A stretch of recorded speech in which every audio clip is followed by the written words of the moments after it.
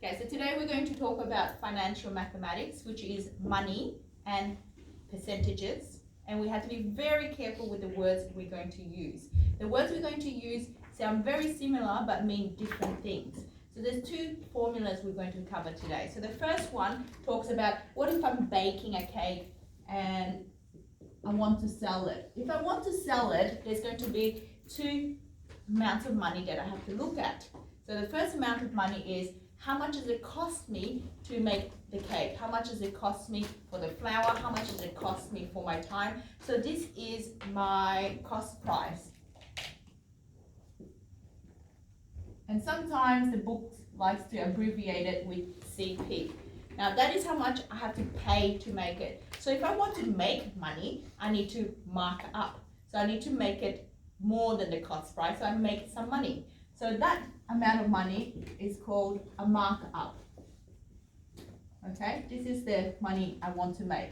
This is the money I have to spend. Okay, so these two amounts of money become my selling price. Okay, so how much I sell it for. And the book likes to write it as SP. SP. So let's do an example. So calculate the sale price of a $200 pair of shoes. Oh, sorry, wrong one. Calculate, a mobile store determines the selling price by applying a 25% markup. Calculate the selling price if the cost price is $128. So the cost price is this one, $128. And we've done percentages before. So what do I multiply it by so that I get not just 100%, but also the 25%? So the 100% and the 25%. What do I multiply it by? You can answer. 125. Yeah, 125. And how do I write 125% as a decimal? Divided by 125. Okay, very good. So we move the decimal point twice, 1.25. And somebody with a calculator, so we get the selling price. Oh, look at that speed. 160. Okay, 160. So let's recap the keywords. Which of these numbers is my cost price? 128. Good. Which of these is my selling price? 160. 160. So if you go to my shop, which number do you see? 160. 160. Good. When I'm paying my bills, which number do I see? 160. 120. Yeah. Okay? So this is what I'm paying to make it. This is what I'm selling it for. So I make a bit of money out of it.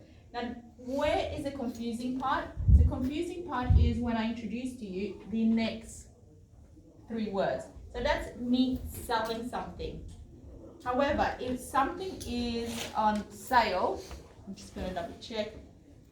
If I go shopping and I go and buy something and I see something on sale, that sale price is different. The word sale is different to the selling price. Is the sale price meaning it's cheaper or more expensive?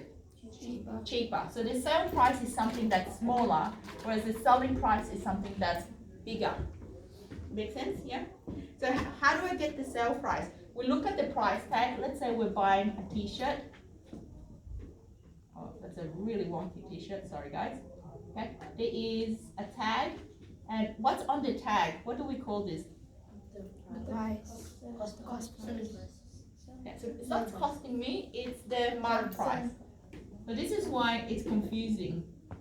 This is the mark price. It has nothing to do with the markup. Can you see that's completely different?